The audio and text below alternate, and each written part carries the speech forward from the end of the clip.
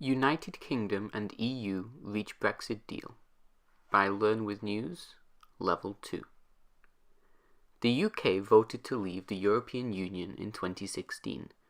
The European Union is a group of countries which are joined together very closely.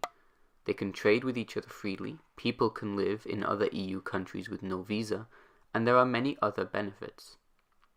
However, in 2016 the UK decided to leave the group. The UK wants to distance itself from the group, but people in the UK disagree about how distant the UK should be from the EU. Some people still want a close relationship and others do not. Some people want the UK to stay close to the EU.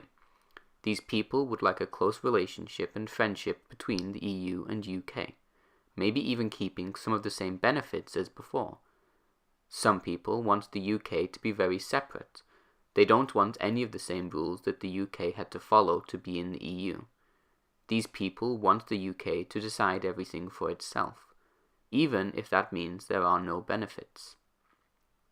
Lastly, some people are still trying to stop the UK from leaving the EU at all.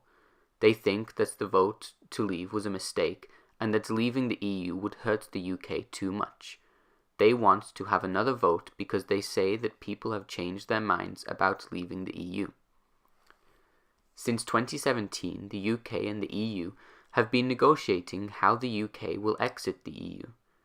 The negotiation period takes 2 years and will end in March 2019. Then the UK will leave the EU. Negotiations have been very difficult because both sides want different things. Both the UK and the EU want to have an agreement so that they are not hurt by the separation.